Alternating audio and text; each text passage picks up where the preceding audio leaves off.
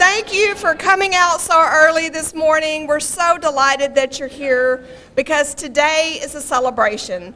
It's a celebration of our youth. It's a celebration of the adults who work with our youth. I feel so fortunate to live and work in Arlington, Texas. I have met so many amazing people in this city, people who truly care about children and who dedicate themselves tirelessly to working with them and helping them in every way they can. There are so many wonderful people in Arlington. I wish we could have every single person up here that works with youth, but today we are going to celebrate some of those people and recognize those people that work with our youth. Thank you so much for being here. Thank you so much for celebrating with us. We're glad you're here. My name is Wendy Carrington, and I'm the Director of Dropout Prevention for Arlington ISD, and I am a board member on the Arlington Alliance for Youth. And we work with youth on a daily basis and in the Dropout Prevention Department and the Arlington Alliance for Youth. And I'm also very proud to be a part of that organization because of its dedication to youth, because of its commitment to the 5 promises. The 5 promises are caring adults, and that's what we have a room full of here, caring adults. Children that have caring adults have a much better chance of success in life, and that's why we're thankful to have you here and have people that work with our children. Safe places are also important. A healthy start, working with children to make sure that they get the knowledge they need from the very beginning until they go out into the world on their own. Effective education is absolutely important. I am so proud to be a part of Arlington ISD. I'm excited about our strategic plan and all of the things that we have planned to work with youth and to give them the best education that they can possibly receive, and the opportunity to serve others. Believe it or not, helping others is good for your own soul, your own person, and letting children experience that is also very important so that they can see at an early age that we have to give back, that we have to help others. And these promises, when given to our children, have been shown to help them have better lives, to be more successful, and to be happier in life. And that's very important to our organization, the Arlington Alliance for Youth, because we know that it will make a difference in children's lives. So thank you for contributing to those 5 promises. We're so happy to have you here today. Good morning. My name is Electra Kitchen, and I'm the Dropout Prevention Coordinator here in Arlington Independent School District. It is my pleasure this morning to introduce my pastor at St. Andrew's United Methodist Church here in Arlington, Dr. Clifton Howard. And let me tell you just a little bit about our awesome pastor. Dr. Howard grew up in Fort Worth. He attended Dunbar High School, TCC, Texas Wesleyan University, Southwestern Baptist Theological Seminary, and Bright Divinity School. He has served in various capacities in the Central Texas Conference of the United Methodist Church for 31 years. Pastor of St. Andrew's United Methodist Church since 2009. And he is very grateful and always serves the community, especially in the Bowie area, very well. As a matter of fact, last spring, St. Andrew's United Methodist Church started the Bowie Feed, and once a month, they invite the upperclassmen to come over. In fact, they just had one the other day. We had about 200 kids that came by to eat lunch, and this lunch is totally funded through the church members, and they're the ones that donate the money and make the food, and it's an awesome time to see the kids come over and enjoy. So at this time, Dr. Clifton, Senior Pastor Howard, come on up.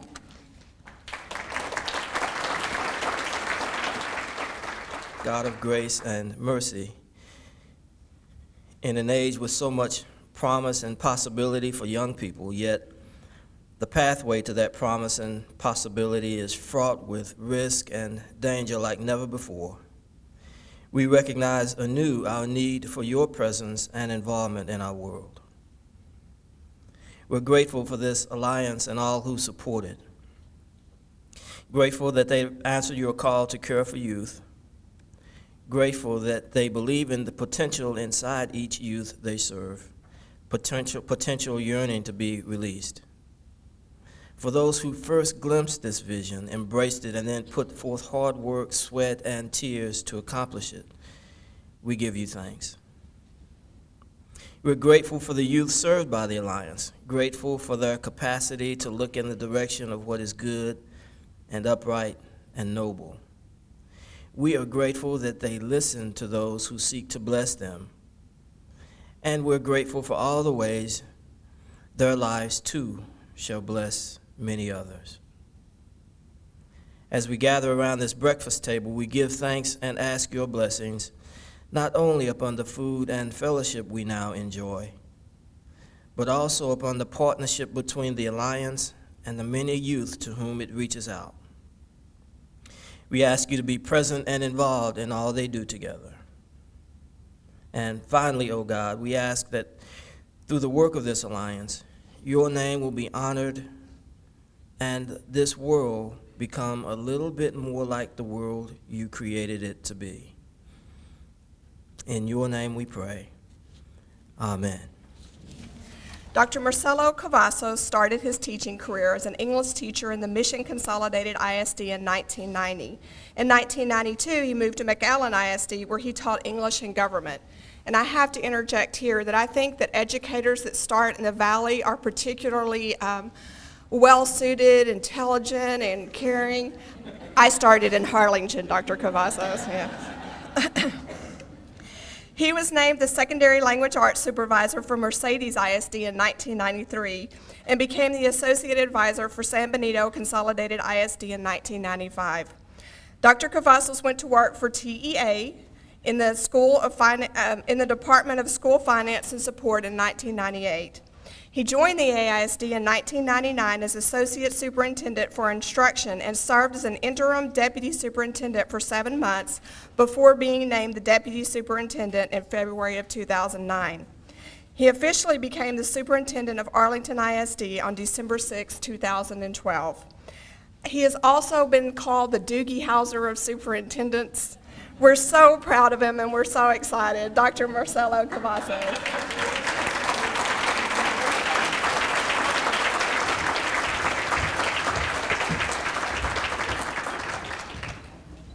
Well, good morning. I don't remember Doogie Howser having gray hair, but if he did, I must have missed it. But thank you, Wendy, for that introduction. I really appreciate it. And thank you all for being here this morning. This is truly a demonstration of a community that comes together. And so when I looked at the program as an example, just to get a feel of the collaboration that occurs with this organization, if you look at the insert, you'll see the different logos and emblems from different organizations. These are just a few that have come together for this important work. So the Alliance for Youth, I remember when Jim, this was an idea. And where are you, Jim? I saw you here earlier. There you go. Jim, this was an idea, the Alliance for Youth that you had early on. And so persistently, this organization has grown.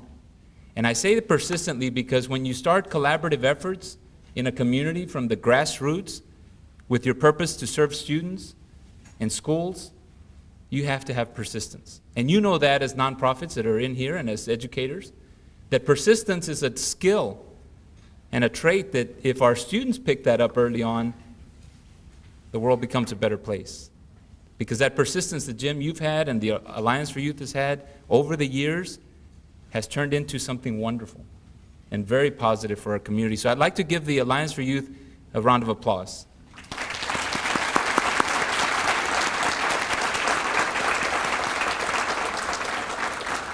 And they quietly do their work, and then we have an event like this where we recognize individuals, and that's the service.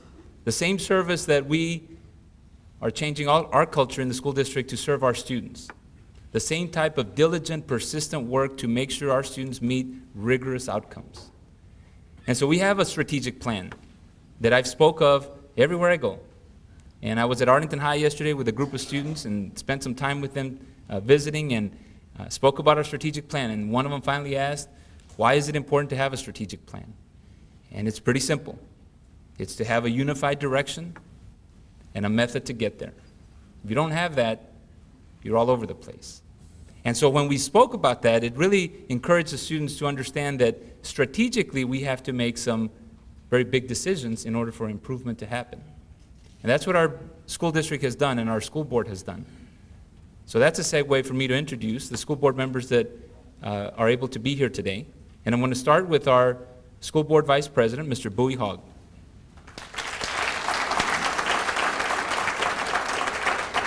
Our school board secretary, Dr. Aaron Reich. Our school board assistant secretary, Ms. Jamie Sullins.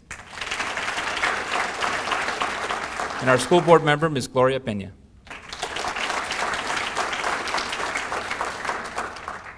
The board came together, along with administration, and said, this is a direction we want to go with our strategic plan, and let's plan that. Let's be very deliberate about that. They've taken bold steps to do that. And so I certainly appreciate the direction and the unification that we've had in our district in recent times here with our strategic plan.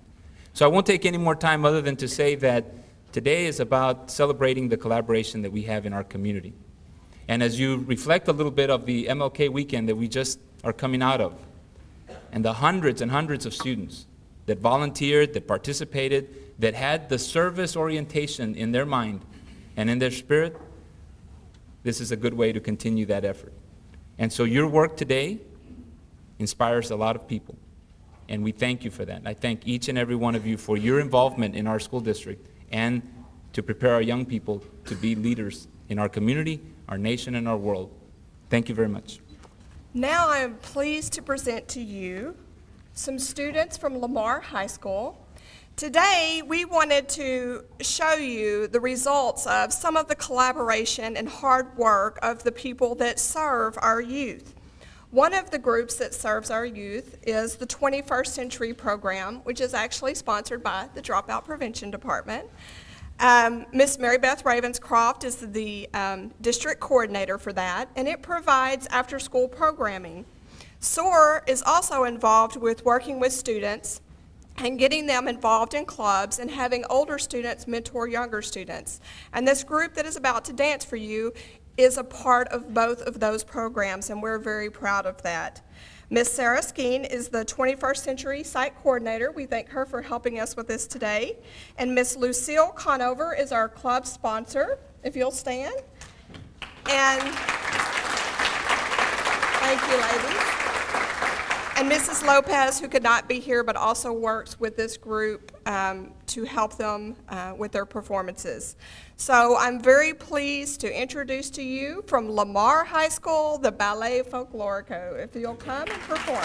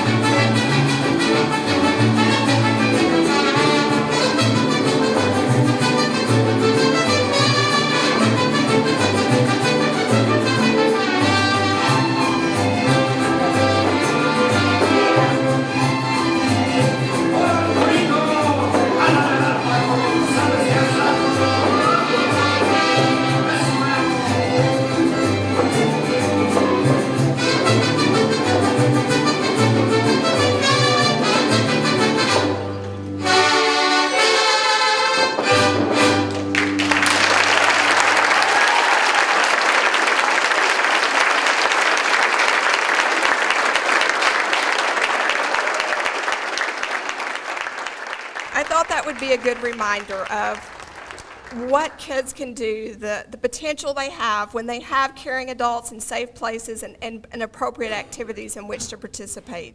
And if you're looking for something, a way to give back, after-school programming is a way to donate your time, to teach a skill, to help kids learn something that they can be proud of and use in this life. So consider that if you're looking for some place to help or give back. After-school program is always looking for good volunteers who are willing to work with our kids. And now we're going to honor the Arlington Alliance for Youth grant winners this year.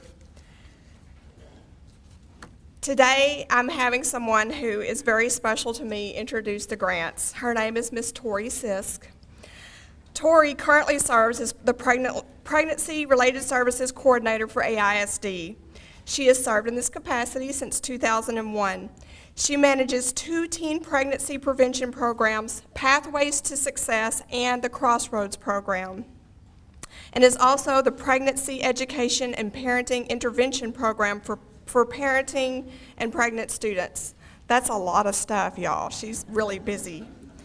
Tori has worked with local, state, and federal grants during her tenure with AISD.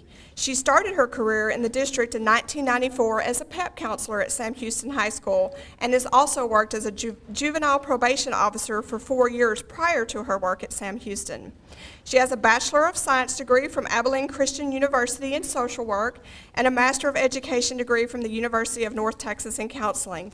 She's a licensed chemical dependency counselor and a licensed professional counselor. But on a personal note, there's a name that I have for Tori. When she's not looking, I call her the grant queen. Tori has written and received more grants and more money than any other person I know. She's brought in millions of dollars to AISD. But more importantly, I am proud to call her a friend and colleague. She truly demonstrates what it means to collaborate, to work with others, to share her resources and her ideas to help youth. She is totally committed and passionate to our youth, and I am so proud of Ms. Tori Sisk. Yay, Tori. Well, I think I got a lot more credit than I deserved. Thank you very much for that.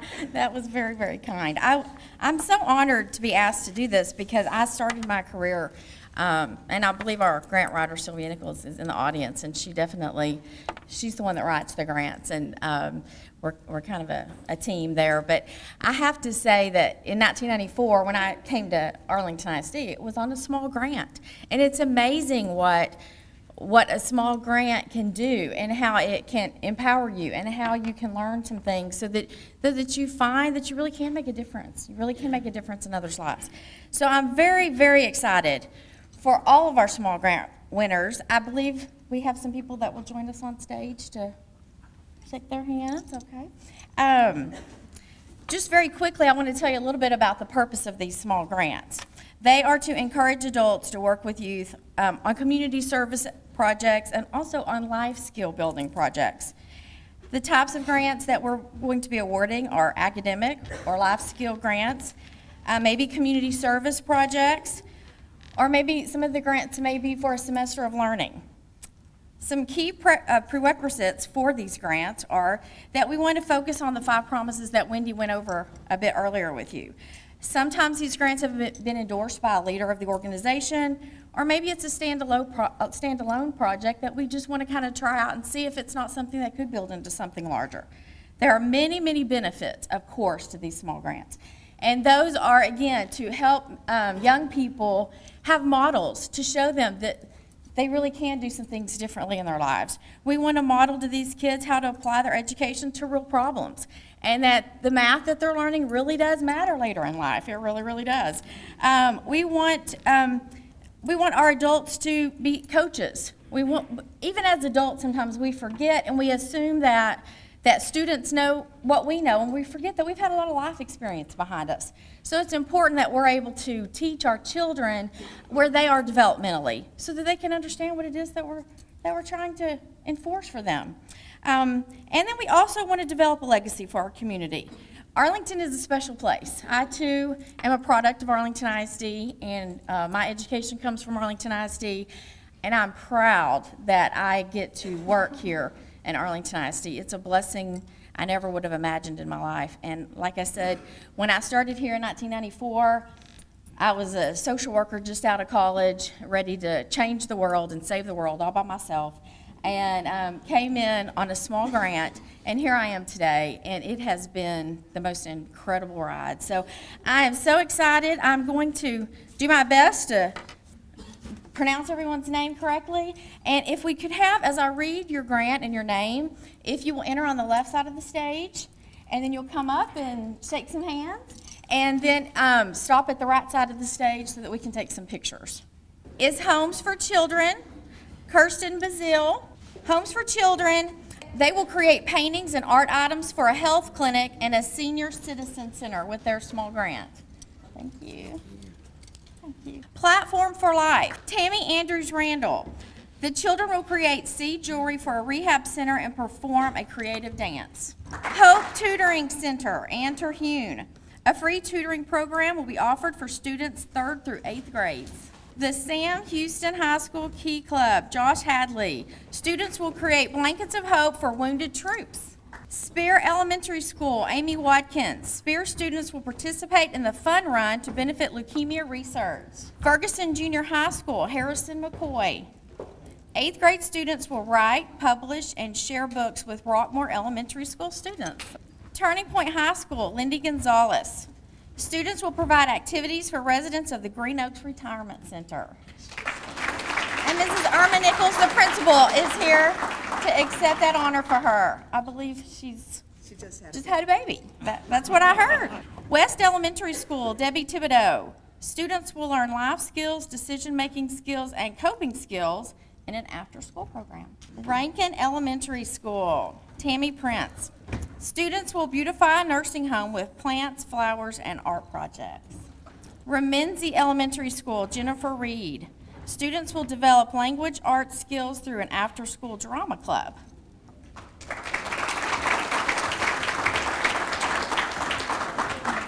And joining her on stage is Anna Porras.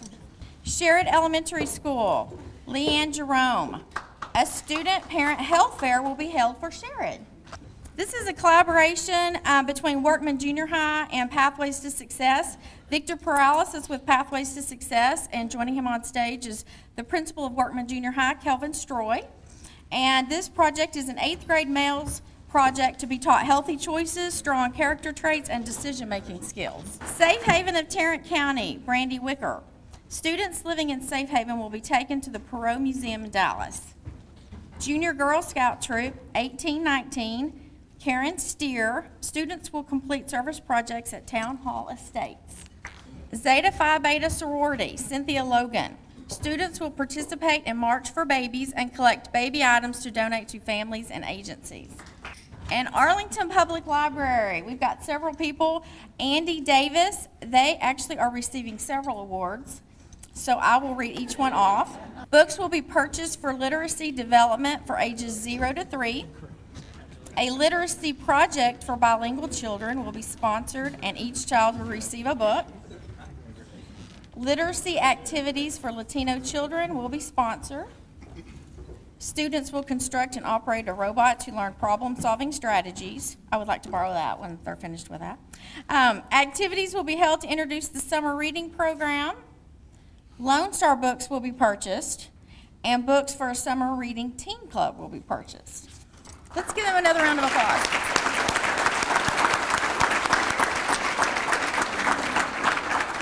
Congratulations again. We can't wait to see what benefits come out of your projects. Thank you very much. I was just sitting over there thinking how many times I've said I'm proud today, but I can't help it. There are so many things here to be proud of. So many people that I know, so many children, organizations, and I have to say it again now. The next person that I'm proud to introduce, and the reason I'm proud to introduce him, is that he is also a graduate of Arlington ISD. He is a graduate of Sam Houston High School, and his name is Mr. Justin Chapa.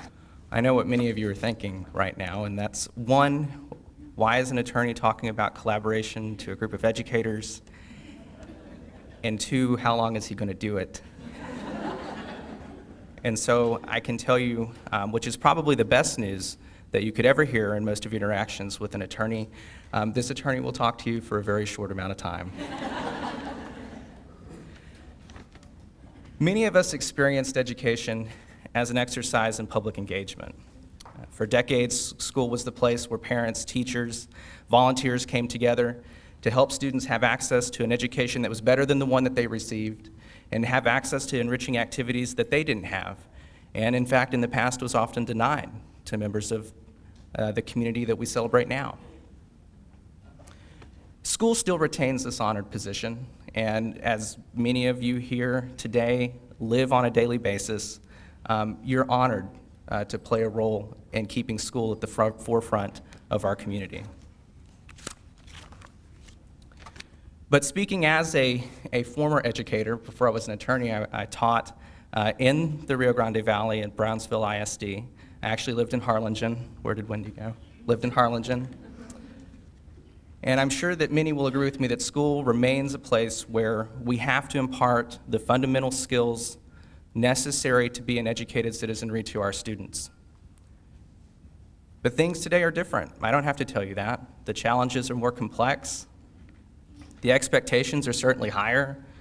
The standards, as anyone who can tell you the difference between the TOS, the TAX, the TEKS, the STAR can tell you, the standards are constantly evolving.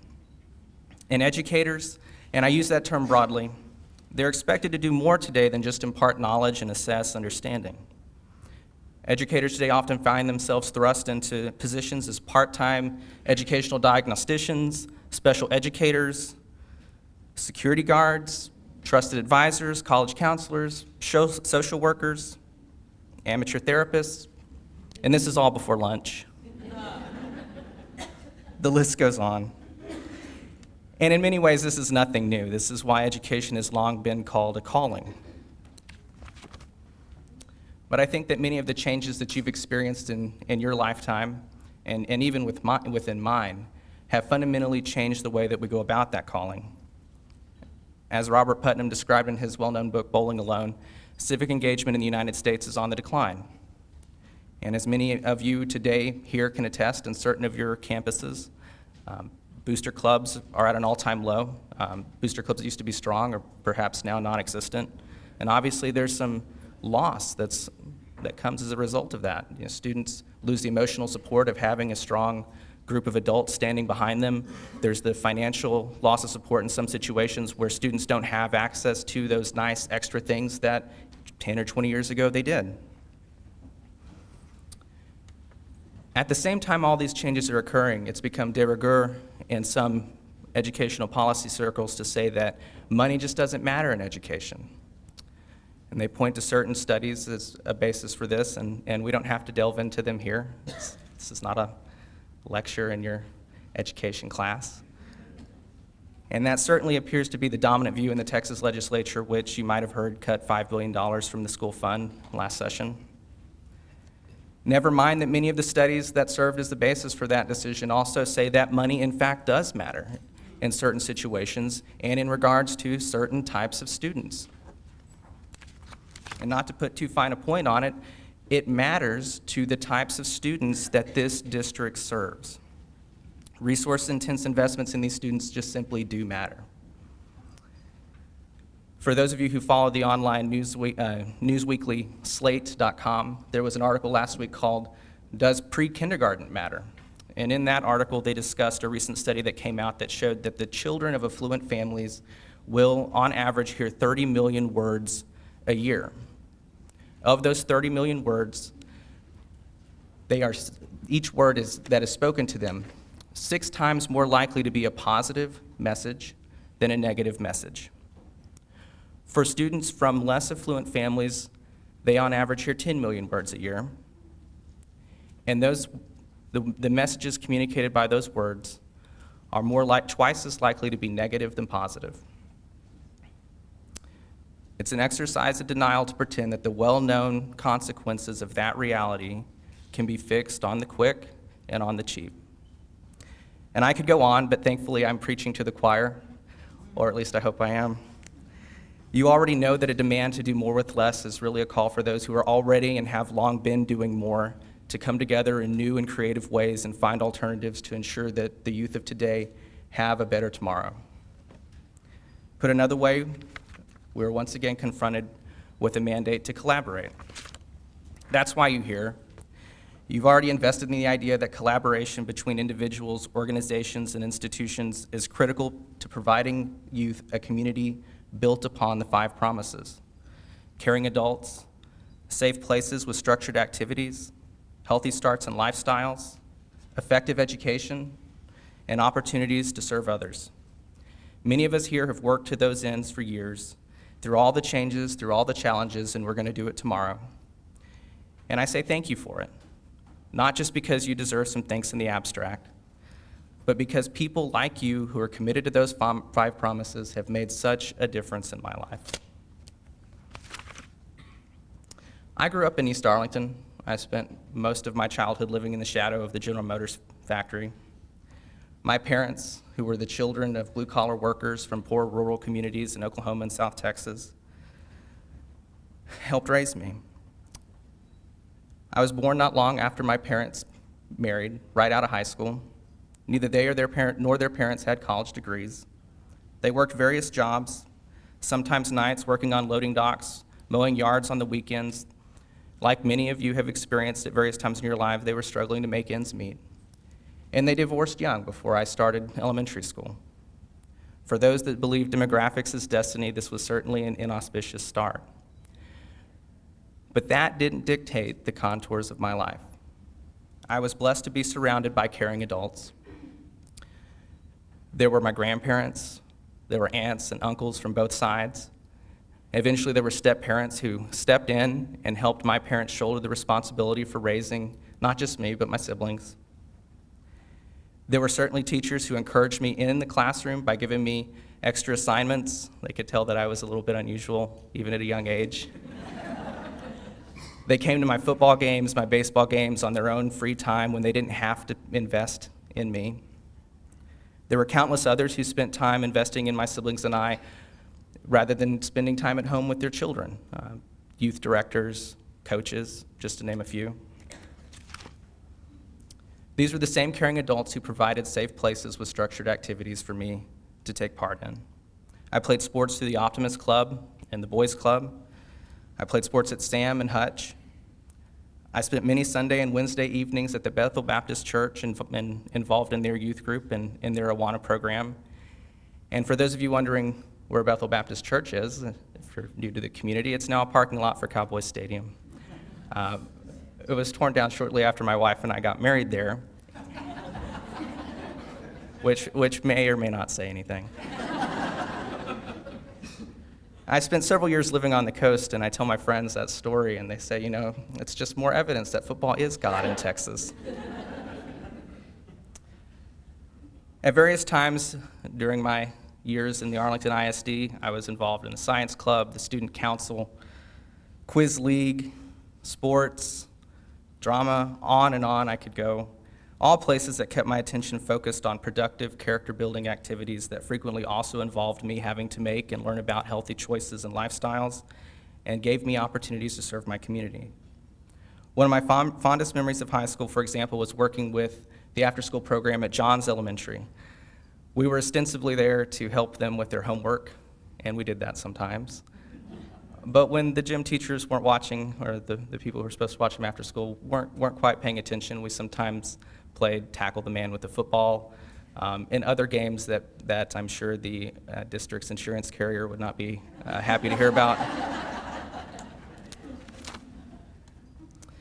And finally, I undoubtedly would not be here today but for the effective education I received through the district, through the Arlington Public Libraries, and the support I received in receiving that education from my family. There were so many teachers who encouraged my love of writing and reading.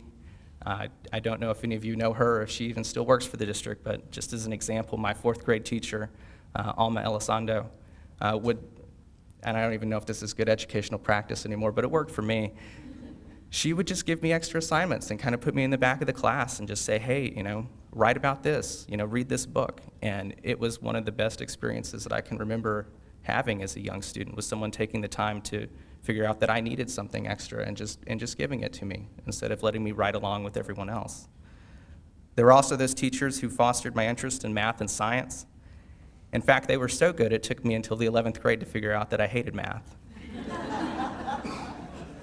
And so for all of those PSATs I filled out saying I wanted to be an aerospace engineer, that just wasn't to be. So I became a teacher, and then I became a lawyer. And the latter career choice, you'll be happy to know there's no one to blame in this room except myself. There were also the librarians at the East and Central Branch libraries who finally, after many attempts, gave up on trying to keep me out of the adult nonfiction and history sections. And they finally decided to let me check out as many books as I wanted at a time because they knew that I would bring them back. And then, of course, there's my family. I have 3 brothers and I have 3 sisters, and we couldn't be more different. And my parents had expectations for all of us, but the expectation that was consistent for me to each one of us is that they expected our best. And they made clear that that extended to what I did in the classroom. But they just didn't set that expectation, they also supported me in reaching it. I had a grandfather and 2 grandfathers who not only taught me the value of hard work, working on a farm, doing different activities, but taking me to do extra things. If I wanted a book, they made sure I got a book. If I wanted to go to an air show, I got to go to an air show. If I wanted to go to the Fort Worth Museum for the 13th time in the last 2 months, they took me. Looking back, I was definitely an unusual kid academically, but I definitely benefited from those who indulged my interests both in and out of the classroom. All of which is to say that I grew up in a community that valued the 5 promises, and the absence of any one of those promises for me could have put me on a different life trajectory. Knowing that, in the various communities that I've lived in, I have tried to fulfill the 5 promises. And as I'm sure many of you can relate to, now that I have kids of my own, that need to make sure that the promises are kept for future generations has become more acute. Of course, as I talked about earlier, that's been made more difficult by greater challenges, higher expectations. But what we have is we have each other. We have the people in this room. We have groups like the Arlington Alliance for Youth who will make sure that those promises are kept. So as we enter another period in which doing less is still the new normal, I urge you to renew your sense of commitment to this community and to stay the course. People like you and the organizations you represent kept the 5 promises to me, and what a difference it made. Now, to borrow the school district's new strategic plan slogan, I look forward to collaborating as a community with you now to keep the promises to the youth of tomorrow so that they can achieve today and excel tomorrow. Thank you.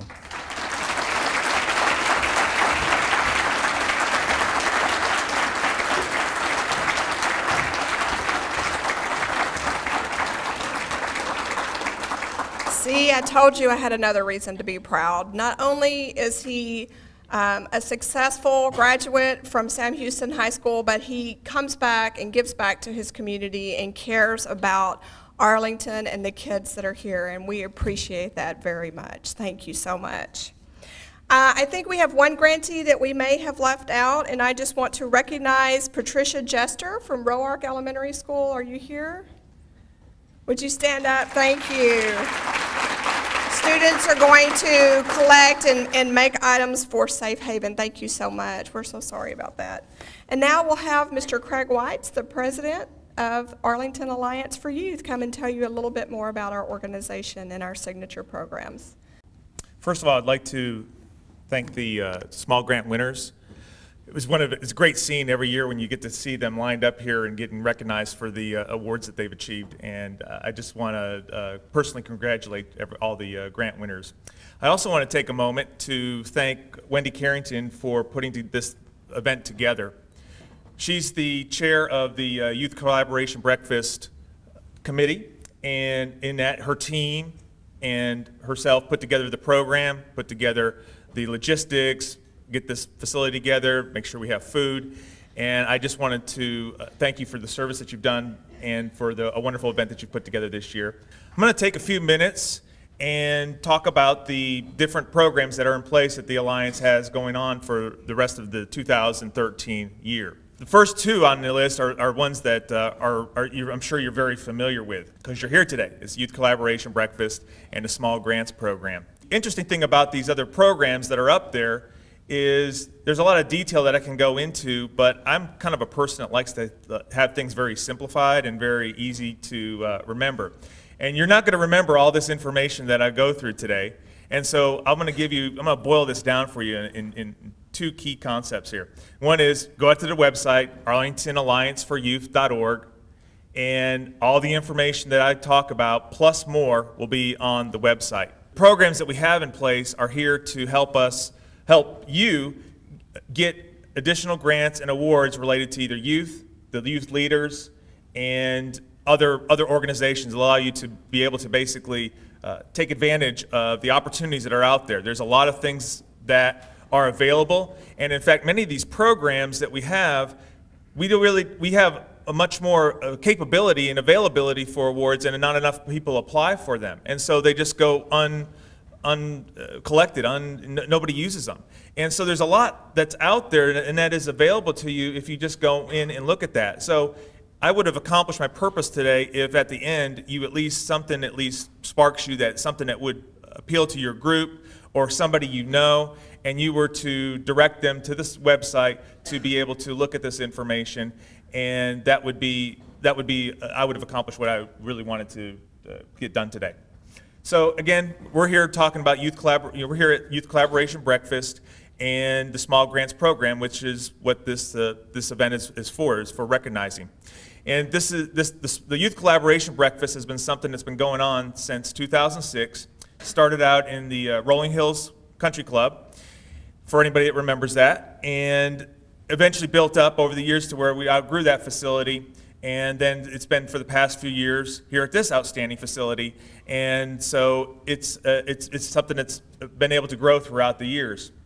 It has, over the years, we've given out, including this year, it'll be 173 grants, and it represents about $51,000.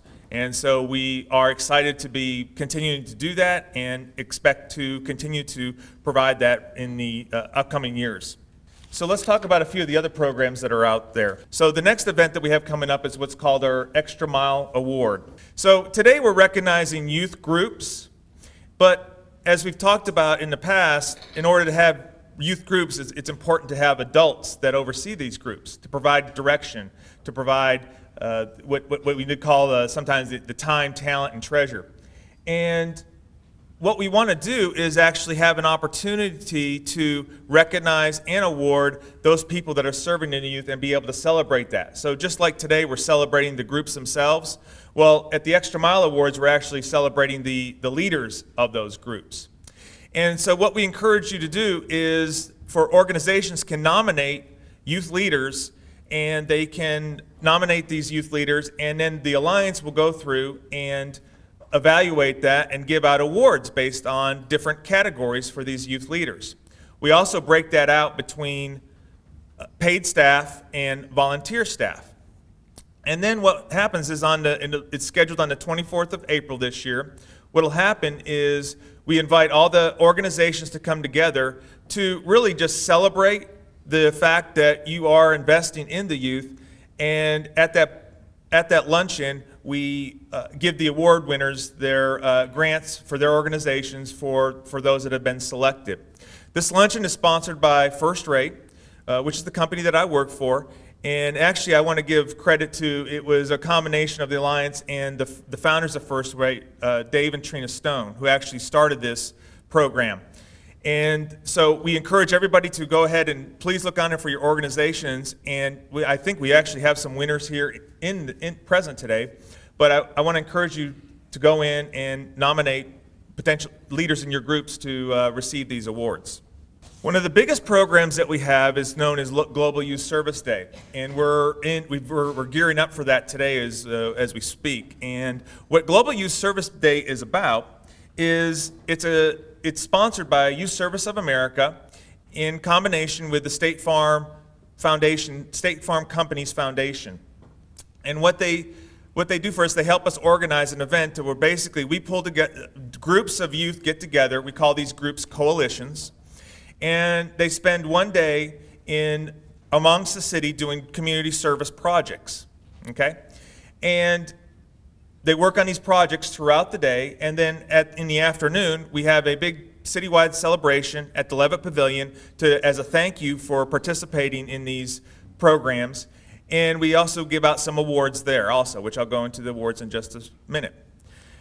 One of the events that we can do that helps us to maximize the effect of this day is we actually partner with young adult groups at UTA, and that's known as the big event. So that way we have youth groups doing it, we have young adult groups doing it, and that way we're able to achieve greater coverage on the different projects that are going on around the city. And we're right now in the process of having coalitions or groups of youth come together and declare that they want to work on this day. And you have until February 8th to pledge, what we call pledge, which is basically declare that you want to put together a group of youth to participate. And that could potentially be groups that could be school-based groups, could be church-based groups, Boy Scouts, any type of service group that you want to put together and have a coalition for. That's the kind of thing that we want to put together for Global Youth Service Day. The thing also to keep in mind is that there are actually some grants that are available for people that want to participate in this. And again, go out to the website and you can see that there are different categories available for high school, middle school, elementary school. So you can not only put together a group, but there's actually some money that's available for whatever you want to try to accomplish. If, for example, you're painting and you need some paint brushes and paint, there's some grant money that is available for you that you can use to do that. So I would encourage all of you to not only put together a group, but to consider applying for a grant for some money that will help you actually accomplish the different projects that you may be facilitating across the city. At the end of Global Youth Service Day, we have a thank you lunch. The city sponsors a thank you lunch for us at the Levitt Pavilion. And part of what we do there is we actually give out some awards. And two awards that I want to mention is, the first one is the Youth Service Leader of the Year contest. And what that does is that allows different organizations to nominate, this is for youth, and so a member of the groups that you're putting together, the coalitions, that really exemplifies the 5 promises, you have an opportunity to nominate them, and they're able to receive an award at the thank you lunch and also receive some grant money for their organization. And this award is in honor of Sheris Grow, who was actually the first co-chair of the Global Youth Service Day. And she was a person that served Arlington youth for many years and has since passed away. But in honor of her legacy and in honor of the work that she's done for us, we have this award that we give out to the youth in memory of her. You'll see it has elementary, middle school, high school categories also for that particular program. The other contest that we have is what's called Best Service Project of the Year. That particular award is for, very easily, a person just submits a poster board that has some pictures of their different project, and along with a little bit of an essay on describing the project. And you can submit that, and again, as you can see, that there are different categories and levels and awards that by submitting that information, you can actually receive some grant money for your organization or group. Those awards are also given out at the thank you lunch. One of the newer programs that we have in the Alliance is known as the Fatherhood Initiative. As you can see here, we have a committee today that is made up of, in the spirit of what we're trying to achieve with the Alliance, is made up of members of the city, of the school district, and service organizations. So again, it demonstrates the spirit. And what we're doing today at this point, what we have is on the website, you can actually go in there and there's a speakers bureau you can register for. There's also some resources that basically you can go in there and do some research. And the first event that we want to do this year is to basically have a Father's Day event. We're planning on that still, so the details will be coming. But that's another, we're really trying to build strong fathers in the Arlington community, and this is one of the ways that we want to do that. Another program that we have in place today, which has actually been going on for multiple years, is known as the Jerry Cooper Service Learning Scholarship. And this is for any senior that's graduating this year that will be going on to college. And it's an opportunity to apply to receive a scholarship, a $500 scholarship. And this scholarship was established in the memory of Jerry Cooper. Jerry Cooper was a person who had a very distinguished career in journalism and moved to Arlington and was able to invest in the youth of Arlington and served on the Arlington Alliance for Youth Board for many years. And so we have this scholarship in memory of him. And what you can do is go onto the website, you apply for the scholarship, and then there's an evaluation process, and then we award a winner for that particular scholarship. Again, if you know of anybody that would be interested in that's graduating, that's a great opportunity to earn some money for college. One of the new things that we want to do this year is to actually kind of build what we call a partners program. And as you see, I'm going to get into, there's a pledge card on your table, but part of the partners program will be, you'll have a pledge card and you'll be able to basically, more or less what we want to do is promote the 5 promises throughout the community. And so what you'll have on there is to be able to identify opportunities to either serve on alliance committees, or if you can't do that, then just basically be able to help us to promote the 5 promises throughout the community. As you can see, Justin was a great example of somebody who was able to speak to the fact that how the 5 promises helped him in his development, and this is a great way for us to more propagate that throughout the city. So more to come on that. There'll be more details on the website, and we'll get into a few more notes on the pledge card here in just a second. What a collaboration is we want to have a chance to have more, multiple groups get together. This is a great event because in this facility, in this area right now, we have groups that are different aspects of the Arlington community. We have the city, we have the school, we have faith-based organizations, and we also have service-based organizations and even businesses here.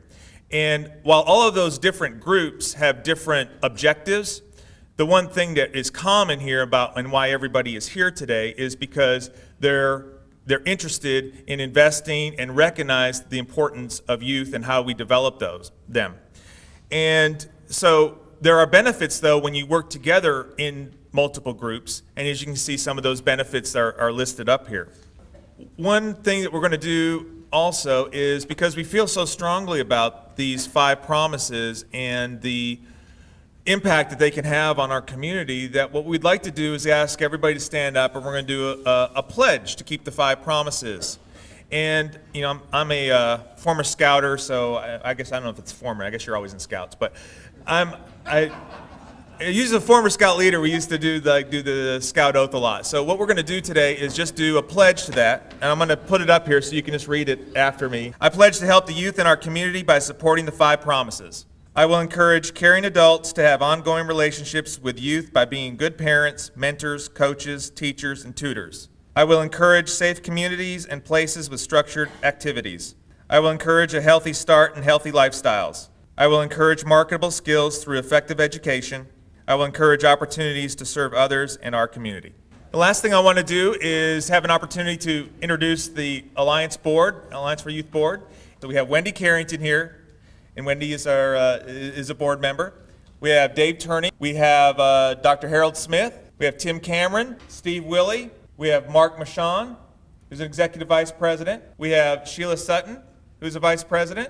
We have Tavian Harris, Jim Walter, who's our past president. We have Idalina Yoakum, who's our secretary. Cheryl Carpenter is also one of our vice presidents. And Ken Perkins here is our publisher of our newsletter, so I want to acknowledge Ken. Amira Jami, who's a vice president. Don Henry is a board member. I want to thank you guys for your service on the board, and thank you for helping to pull us together and being here this morning also.